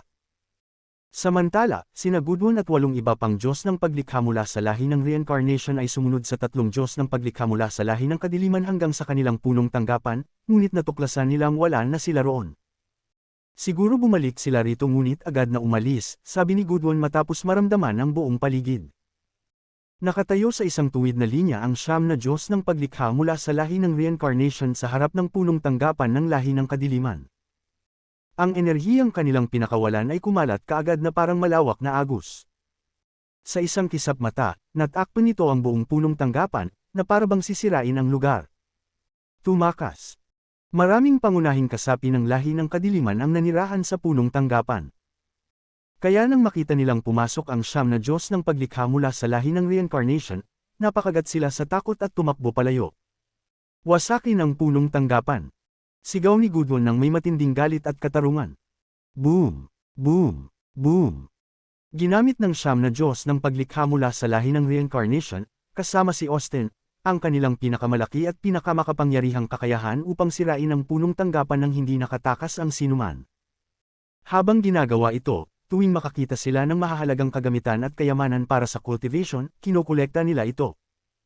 Sa huli, ang lahi ng kadiliman ay isang napakalakas na grupo sa primitive space-time sea. Bagamat hindi kailangan ng mga ito, dapat lubos na makinabang ang mga ordinaryong kasapi ng lahi ng reincarnation. Hindi nagtagal, ganap nang nawasak ang punong tanggapan ng lahi ng kadiliman. Lahat ng gusali sa loob, pati ang espasyo sa paligid, ay naging isang itim na kawalan. Mula ngayon, hindi na uusbong ang lahi ng kadiliman sa primitive space-time sea, sabi ni Gudwon ng malamig habang nakatingin sa mga guho, na noon lamang ay punong tanggapan ng lahi ng kadiliman. Ang iba pang Diyos ng paglikha mula sa lahi ng reincarnation ay puno ng iba't ibang damdamin at malalim na huminga. Matagal nang nag-aagawan ng lahi ng reincarnation at lahi ng kadiliman sa primitive space-time sea. Ilan sa mga Diyos ng paglikha ay nagpakahusay sa panahong iyon. Ngayon na nawasak ang punong tanggapan ng lahi ng kadiliman, nangangahulugan na sa wakas ay natapos na ang digmaan sa pagitan ng dalawang lahi. Lahat ng uri ng damdamin ay sumiklab sa kanilang mga puso nang maalala nila ang nakaraan. Lahat ng hirap at pakikibaka ay sa wakas ay nagbunga. 5,851. Pero 3 pa lang ang natitirang Diyos ng paglikha ng lahi ng kadiliman. Kung hindi natin sila tuluyang matatanggal, tiyak na magiging malaking banta sila sa hinaharap, sabi ni Abs Olen na may bahagyang pagkabahala at nakakunot ang noo. Sang-ayon ako. Ano man ang mangyari, kailangan nating habulin sila. Hindi pa ito matatapos hanggat hindi natin sila tuluyang napapaslang. Hatiin natin ang ating sarili sa dalawang grupo at palitan ang paghahabol sa kanila. Mas mabilis siguro iyon. Hanggang dito na tayo nakarating. Hindi tayo pwedeng huminto hanggat hindi natin sila napapatay. Para sa kapakanan ng lahat, kailangan nating lipulin sila ng tuluyan. Tumanggo si Gudon, maayos at tiyak na nagbigay ng utos. Oo, sang-ayon kaming lahat. Lumabas at patayin sila. Ipinakita ng iba pang Diyos ng paglikha ang kanilang sigasig at pagsang-ayon. Hindi nila pwedeng hayaang ang 3 Diyos ng paglikha mula sa lahi ng kadiliman ay magtago sa dilim at makabawi. Kung gagawin nila iyon, babalik sila at magdudulot ng gulo. Hanggat may buhay pa sila, palaging nasa panganib ang lahi ng reincarnation. Mas mabuti rin kung hahatiin natin ang buong primitive space-time-sea sa iba't ibang lugar, at bawat isa sa atin ay magiging responsable sa reincarnation order ng isang lugar. Ibabalik natin ang reincarnation orders ng mga nilalang, espasyo, oras, at lahat ng bagay, tulad ng dati. Sa ganoong paraan, ang mga batas at kaayusan ng reincarnation ang muling manggana sa primitive space-time-sea, payo ni Gudon. Sa kabuuan, dapat na muling bumalik sa normal ang lahat mula ngayon, dagdag niya, na may kumpiyansa. Kasama ang iba pang Diyos ng paglikha, sinimulan ni Gudon ang paghahati ng primitive space-time-sea sa iba't ibang lugar. May kalayaan sa pagpili ng lugar, pinili ni Austin ang bahagi kung saan naruroon ang absolute space-sea. Sa ganoong paraan, siya ang magiging responsable sa mga batas at kaayusan ng reincarnation sa lugar na iyon. Bilang Diyos ng paglikha, bihira lamang magpakita si Austin. Mula sa malayo, lihim niyang kinokontrol ang mga batas at kaayusan ng lugar gamit ang kanyang omnipotent skills. Matapos matagumpay na maihati ang primitive space-time-sea sa maraming lugar, pumunta ang mga Diyos ng paglikha sa mga lugar na kanilang pinamamahalaan at ginawa ang lahat upang muling itayo ang mga batas at kaayusan ng reincarnation doon. Bago nagsimulang maghasik ng gulo ang lahi ng kadiliman noong sinaunang panahon, normal na gumagana ang mga batas at kaayusan ng reincarnation sa primitive space-time-sea. Ngunit nang lumitaw ang pinagmumula ng kadiliman, nabuo ang lahi ng kadiliman. Sa lakas na kanilang nakamit, nagsimulang gumawa ng kaguluhan at sinira ang kapayapaan at kaayusan sa iba't ibang species. Sa huli, sinubukan nilang gamitin ang mga batas ng kadiliman upang pamunuan ang primitive space-time-sea. Ito rin ang pangunahing dahilan kung bakit naging mortal na kaaway ang lahi ng reincarnation at lahi ng kadiliman mula pa sa simula. Ngunit ngayon, matapos tuluyang alisin ng lahi ng reincarnation ang lahi ng kadiliman, maaari nang bumalik sa orihinal na estado ang mga batas at kaayusan ng reincarnation. Nail-icon na ang lahi ng kadiliman sa lahat ng species. Mula ngayon, ang mga reincarnation orders ang mamumuno sa primitive space-time-sea. Oo, natanggal na natin ang problemadong lahi na iyon. Ngayon, maaari na nating maibalik ang normal na reincarnation orders. Sigaw at ipinaloob sa tuwa ng maraming bihasang mandirigma sa primitive space-time-sea. Nang bumalik si Austin sa lugar na siya ang responsable, ginamit niya ang kanyang omnipotent skills upang suriin ang kondisyon ng lahat ng species, universo, mundo, maliliit na mundo, at maliliit na espasyo doon. Ngunit natuklasan niya sa pamamagitan ng kanyang espiritual na pandaman na marami sa reincarnation orders ay hindi kumpleto at magulo. Bukod dito, wala pang normal na reincarnation na umiiral doon. Kaya, hindi nag-aksaya ng oras si Austin at sinimulang ibalik ang reincarnation order sa bawat mundo. Para sa ibang tao, maaaring nakakapagod at komplikado ang gawain ito, ngunit para sa mga Diyos ng paglikha, napakadali lang. Sa huli, kaya nilang lumikha ng kahit ano mula sa wala. Sa prosesong ito, nagkubli si Austin sa dilim, hindi nagpapakita sa publiko. Pinili niyang tapusin ang gawain ng tahimik. Hindi nagtagal, nagawa ni Austin na tuluyang maibalik ang reincarnation orders ng lahat ng mundo sa lugar na kanyang pinamamahalaan. Mula noon, lahat ng bagay at nilalang sa mga mundong nasasakupan niya ay maaari ng ma-reincarnate ng normal. Sa wakas, tapos na ang lahat. Mabilis na sinuri ni Austin muli ang reincarnation order ng bawat mundo at natuklasan na mahusay ang kanyang nagawa. Siguro maaari na akong bumalik sa aking bayan ngayon. Nang matapos ni Austin ang kanyang gawain, nakita niya ang kanyang pamilya sa Absolute Space na labis niyang namimiss. Kaya, puno ng kagalakan, nagtungo siya sa mundong tinitirhan ng kanyang pamilya. Sa kasalukuyang lakas niya, napakadali lang para sa kanya na makarating sa kahit anong lugar sa primitive space-time sea sa loob lamang ng isang sandali. Noon, nang sinimulan pa lang ni Austin ang kanyang paggalugad sa primitive space-time sea, kung gusto niyang pumunta sa isang lugar, kakailanganin niyang maglakbay ng daan-daang o libu-libong taon. Ngunit ngayon, maaari na siyang pumunta kahit saan sa isang kisap mata. Austin, bumalik ka na. Bigla na lang lumitaw si Austin sa tabi ni Caroline, na nakaupo nang nakatawid ang mga binti sa isang kuweba, tahimik na nagko-cultivate. Ngunit nang maramdaman niyang naruroon talaga si Austin sa tabi niya, mabilis niyang binuksan ang mga mata upang makita ang kanyang asawa. Siyempre, labis ang kanyang tuwa na makita siya muli. Hindi nagtagal, narinig ni na Ivy, Sue, ang tatlong mermaid girls, kanyang mga magulang, mga anak, at mga minamahal na kaibigan ang balita ng kanyang pagbabalik at nagtipon-tipon. Habang kumakalat ang balita, dumagsa rin ang mga senior leaders ng Sea of Chaos, kasama si Kevin, at ang mga senior leaders ng Reincarnation Alliance sa Absolute Space upang makita si Austin. Pati na rin ang pinakamalalakas na master sa Absolute Space ay naglaan ng oras at lahat sila ay pumunta sa 3,000 malalaki at maliliit na universo, na naging masigla ang lugar. Bukod pa rito, dahil sa impluwensya ni Austin, ang 3,000 malalaki at maliliit na universo ay naging sentro ng Sea of Chaos. Puno ito ng enerhiya at advanced laws, kaya marami sa mga naghahangad maging master ang piniling manirahan at mag-cultivate doon. Sa maikling panahon, ang Sea of Chaos ang naging pinakamabilis na umuunlad na lugar sa buong Absolute Space Sea. Austin, kailangan kong itanong.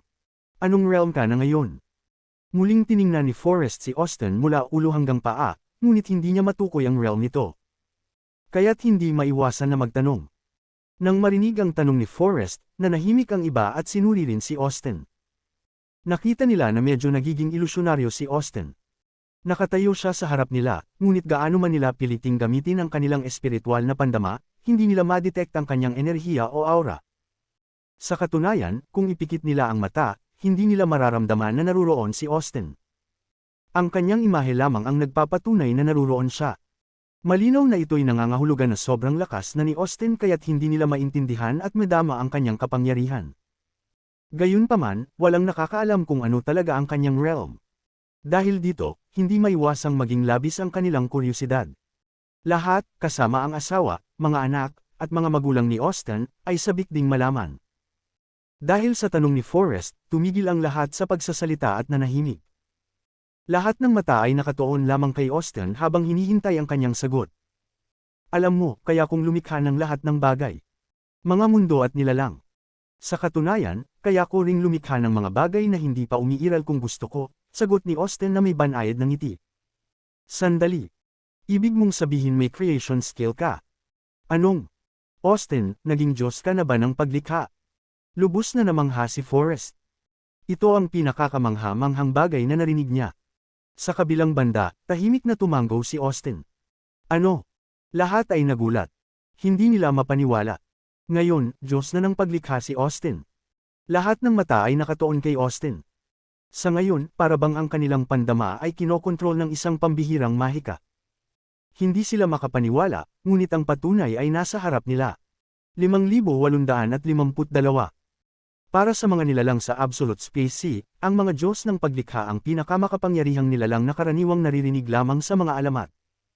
Ngunit ngayon, isa sa mga Diyos ng paglikha ay nakatayo mismo sa harap nila. Matapos ang ilang sandali, tuluyang napagtanto ng lahat na naging Diyos na ng paglikha si Austin. Wala namang dahilan si Austin para magsinungaling tungkol dito.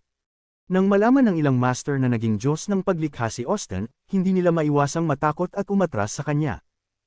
Pagkatapos ng lahat, sinasabing kayang kontrolin ng mga Diyos ng paglikha ang lahat ng bagay sa mundo. Hoy! Kahit na ako ay isang Diyos ng paglikha, ako pa rin ang parehong Austin. Wala akong pinagkaiba sa dati kong sarili. Para sa akin, kayo pa rin ang aking pamilya, mga kaibigan, at kapwa apprentices, sabi ni Austin na may masayang ngiti habang kumakaway upang subukang alisin ang takot at pangamba sa puso ng lahat. Unti-unti, naniwala ang karamihan na wala namang pinagkaiba si Austin sa dati. Nagsasalita siya, tumatawa, at masigla, gaya ng kanilang nakasanayan sa kanya. Sa mga sumunod na araw, nanatili si Austin at masayang naglaan ng oras kasama ang kanyang pamilya sa 3,000 malalaki at maliliit na universo. Guys, natapos na ba ninyo ang inyong mga gawain sa kani-kanilang lugar? Panahon na para habulin ang 3 natitirang Diyos ng paglikha mula sa lahi ng kadiliman. Hindi nagtagal, nakatanggap si Austin ng telepathic na mensahe mula kay Gudwon. Kaya, kailangan niyang magpaalam sa kanyang pamilya at lisanin ang Absolute Space Say. Sa loob lamang ng ilang segundo, nakarating siya sa punong tanggapan ng lahi ng reincarnation. Nang magtipon-tipon, hinati ang mga Diyos ng paglikha mula sa lahi ng reincarnation sa 2 grupo. Ang unang grupo ay nagpunta upang hanapin ang 3 Diyos ng paglikha mula sa lahi ng kadiliman, habang ang isa naman ay tahimik na naglakbay sa primitive space-time sea upang suriin at panatilihin ang normal na operasyon ng reincarnation order sa lahat ng lugar. Dahil sa kanyang kakayahan, voluntaryong sumali si Austin sa unang grupo at sinimulang hanapin ang 3 Diyos ng paglikha mula sa lahi ng kadiliman. Ngunit nahirapan silang hanapin ang 3 Diyos ng paglikha. Para bang nawala na sila at walang iniwan na bakas. Hinanap na ng mga Diyos ng paglikha mula sa lahi ng reincarnation ang bawat sulok ng primitive space-time sea, ngunit hindi pa rin nila makita ang kahit anong palatandaan ng kanilang kinaroroonan. Nagpalitan ng paghahabol ang 2 grupo ng mga Diyos ng paglikha mula sa lahi ng reincarnation. Libu-libong taon na ang lumipas, ngunit hindi pa rin nila natagpuan ang kanilang mga kaaway. Ang tanging maganda lang ay sa panahong iyon, maayos ang lahat sa primitive space-time sea. Ngunit hindi sila pwedeng kampante. Alam ng lahat ng Diyos ng paglikha mula sa lahi ng reincarnation na nagtatago lamang ang 3 Diyos ng paglikha sa isang lugar, naghihintay ng pagkakataong makabalik sa laban. Kaya, hindi nila iniwan ang paghahabol at paghahanap sa 3 iyon. Sa huli, lumipas ang 3,000 taon muli. Isang araw. Sa punong tanggapan ng lahi ng reincarnation, nagtipon ang lahat ng Diyos ng paglikha sa bulwagan ng pagpupulong upang talakayin ang sitwasyon sa primitive space-time sea. Bukod dito, ang kanilang pangunahing layunin ay magplano kung paano mailalabas ang natitirang 3 Diyos ng paglikha mula sa lahi ng kadiliman. Ngunit bigla, isang karaniwang mukhang matandang lalaki ang lumitaw sa bulwagan. May kakaibang ngiti, tiningnan niya ang lahat ng Diyos ng paglikha. Sino itong tao? Nagulat ang mga Diyos ng paglikha sa biglaang paglabas ng matanda, kaya tumayo sila mula sa kanilang mga upuan. Walang nakapansin kung kailan dumating ang matandang ito. Bawat isa sa bulwagan ay Diyos ng paglikha. Kaya nilang maramdaman ang lahat ng nangyayari sa kahit anong lugar sa primitive space-time sea, lalo na sa bulwagan. Ngunit walang nakapansin sa pagdating ng matanda. Talagang kakaiba ito. Ipinapaiwatig lamang nito na ang matandang ito ay isang top master. Ginoo, maaari ba naming malaman kung sino po kayo? Tanong ni Gudwon ng may pag-iingat, nakatingin ng mabuti sa ngumingiting matanda. Sige na, hindi niyo ba ako nakikilala, mga bata? Biro ng matanda. Tinawag ba niya silang mga bata? Nang marinig ito, naguluhan ang lahat ng Diyos ng paglikha. Bilang pinakamakapangyarihang mga master sa primitive space-time sea, walang kasing kapangyarihan at impluensya ang kanilang awtoridad. Ngunit tinawag lang silang mga bata ng matanda. Sandali. Napabuntong hininga si Gudwon, at lumaki ang kanyang mga mata nang biglang may naisip siya. Guys, ito ang pinagmula ng lahi ng reincarnation, si Master Enrico, ang Diyos ng paglikha ng reincarnation ay bumalik. Sigaw ni Gudwon ng may kagalakan. Ano? Nang marinig ang sinabi ni Gudwon, tuluyan nang nagulat ang iba pang Diyos ng paglikha sa bulwagan. Ngunit hindi nagtagal, naunawaan nila kung sino ang matanda. Ayon sa mga alamat, sinasabing nilikha ang primitive space-time sea ng 3 primitibong Diyos ng paglikha, ang Diyos ng paglikha ng space-time, ang Diyos ng paglikha ng buhay, at ang Diyos ng paglikha ng reincarnation. Sila ang lumikha ng lahat ng bagay sa primitive space-time sea. Ang Diyos ng paglikha ng space-time ang lumikha ng oras at espasyo. Ang Diyos ng paglikha ng buhay ang lumikha ng buhay, at ang Diyos ng paglikha ng reincarnation ang lumikha ng karamihan sa mga pangunahing kaayusan. Ang unang ninuno ng lahi ng reincarnation ay kilala bilang isa sa 3 primitibong Diyos ng paglikha, ang Diyos ng paglikha ng reincarnation. Kaya, kilala rin siya bilang pinagmulan ng lahi ng reincarnation. Sa pagkagulat ng lahat, ang karaniwang matandang ito ay siya pala ang unang ninuno ng lahi ng reincarnation at ang Diyos ng paglikha ng reincarnation. Master Enrico. Nang suriin ng matanda, napansin ng lahat ng Diyos ng paglikha sa bulwagan na mayroon siyang walang katapusang enerhiya at mga batas ng reincarnation. Bukod pa rito, naramdaman nila na siya ay nakatayo sa pinagmulan ng lahat ng enerhiya at batas ng reincarnation, na nagpapatunay lamang na siya nga ang maalamat na Diyos ng paglikha ng reincarnation. Haha! Labis akong humahanga na makita ang ating lahi na umunlad ng husto. Mas mahalaga, napakabuti na natalo natin ang lahi ng kadiliman. Austin, bagaman ikaw ang pinakabata sa lahat ng narito, nagawa mo ang malaking kontribusyon sa digmaang ito, sabi ni Enrico na may banayad ng ngiti. Salamat po, sagot ni Austin nang may paggalang. Alam ko rin na sa paglipas ng mga taon, hinahabol ninyo ang natitirang Diyos ng paglikha mula sa lahi ng kadiliman. Ngunit, hindi ninyo pa sila natatagpuan. Kaya, bumalik ako ngayon upang tulungan kayong tuluyang alisin sila, dagdag pa ni Enrico. Alam mo ba kung saan sila nagtatago? Tanong ni Goodwin na puno ng pag-asa. Oo. Naitago sila ng pinagmulan ng kadiliman, ang unang ninuno ng lahi ng kadiliman. Siguro ito ang dahilan kung bakit hindi ninyo sila makita, paliwanag ni Enrico na may pagtango. Noong una, nang makilala ko ang pinagmulan ng kadiliman, nagkaroon kami ng malaki at magulong labanan. Matindi at mahaba ang labanan. Nakipaglaban kami mula sa primitive space-time sea hanggang sa primordial chaos sa labas. Ngunit sa huli, parehong nasugatan ng husto at nasira ang aming mga katawan sa proseso. Natunaw at nawala ang aming laman at dugo, naiwan lamang ang kaunting kalooban at pares ng mga mata. Mula noon, pinapanood ng aming mga mata ang lahat ng nangyayari sa primitive space-time sea. Paglaon, gaya ng alam ninyo, nakipaglaban ang lahi ng reincarnation sa lahi ng kadiliman upang makabawi kami. Dahil nakakuha ng higit na swerte ang lahi ng reincarnation, nakabawi rin agad ako. Kung hindi, si Julio ang sana nakabawi ng kapangyarihan. Ito ang pangunahing dahilan kung bakit nagsimula ang digmaan sa pagitan ng dalawang lahi. Sa kabutihang palad, mahusay ang nagawa ninyo. Natalo ninyo ang lahi ng kadiliman at winasak sila sa ibabaw ng lahat ng spaces. 5,853. Dahil dito, nakabawi ako ng mas mabilis. Sa katunayan, naibalik ko na ang karamihan sa aking lakas ngayon.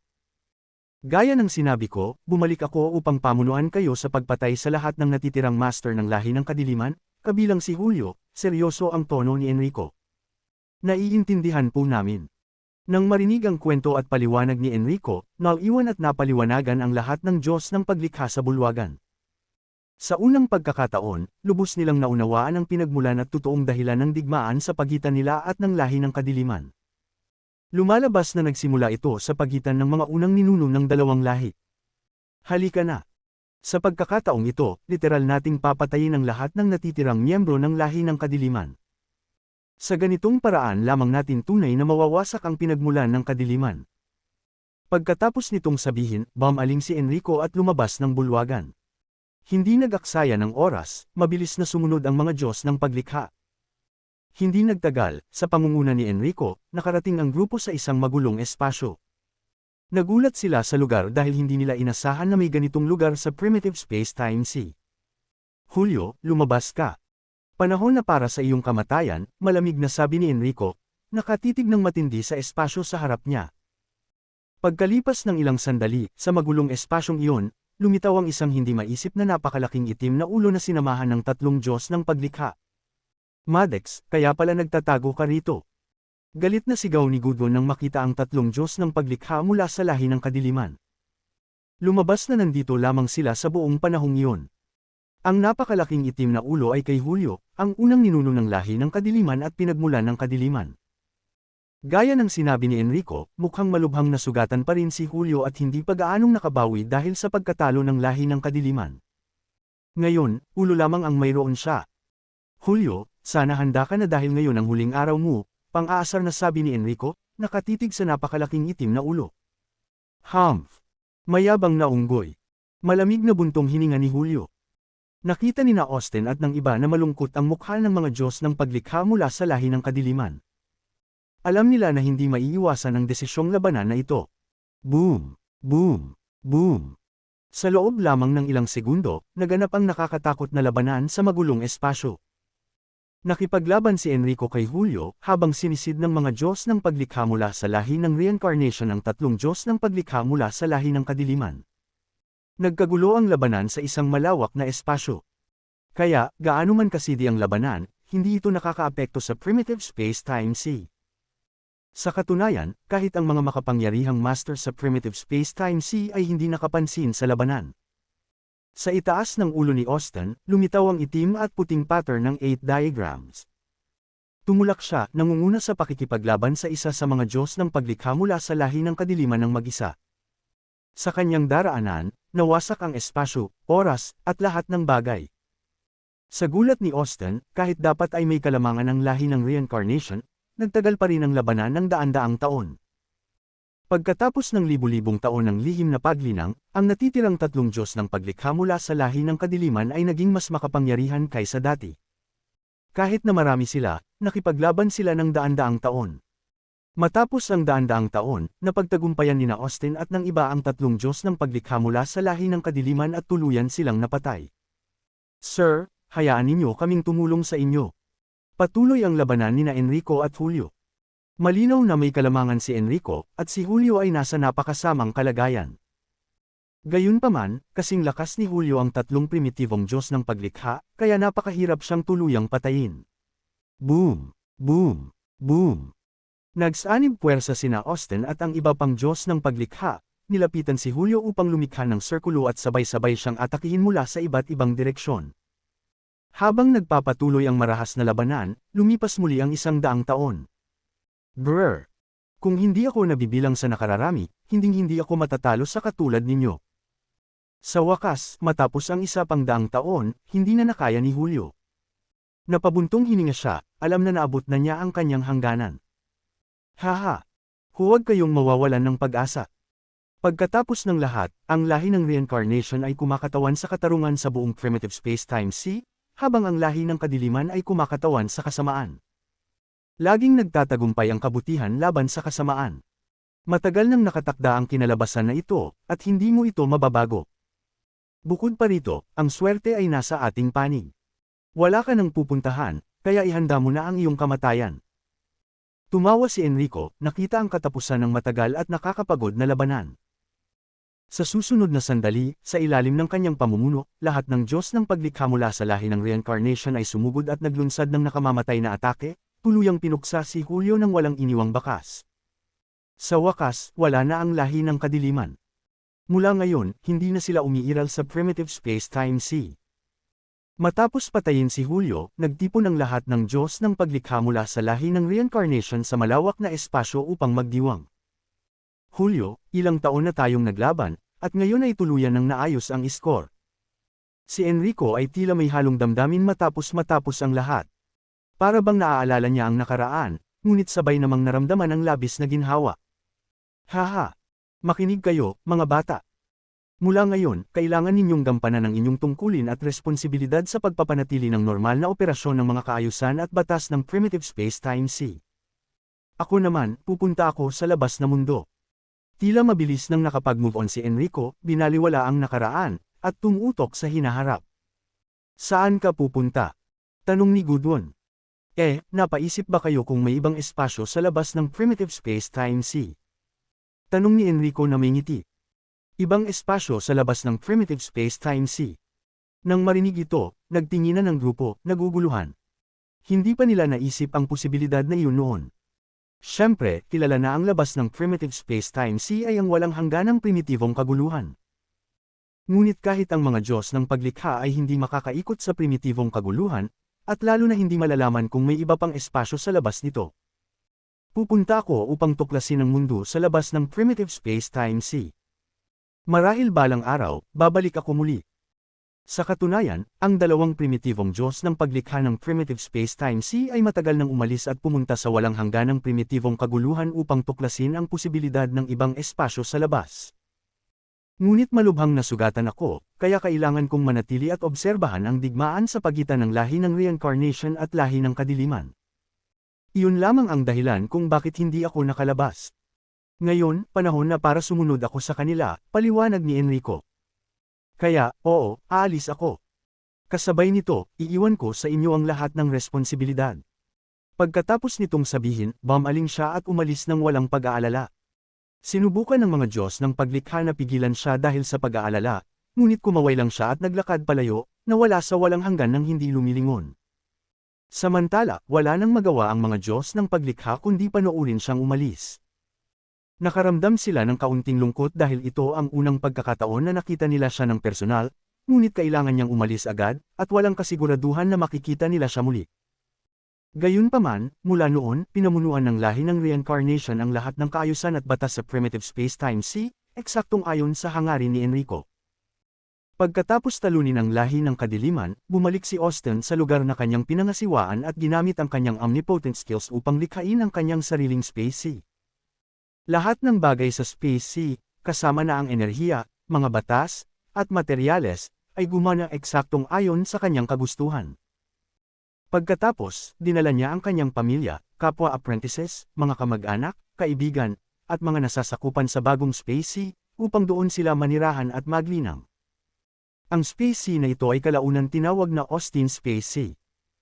Dahil sa impluwensya ni Austin, hindi nagtagal, ang Austin Space C ay naging isa sa pinakamakapangyarihang Space C sa primitive space-time C.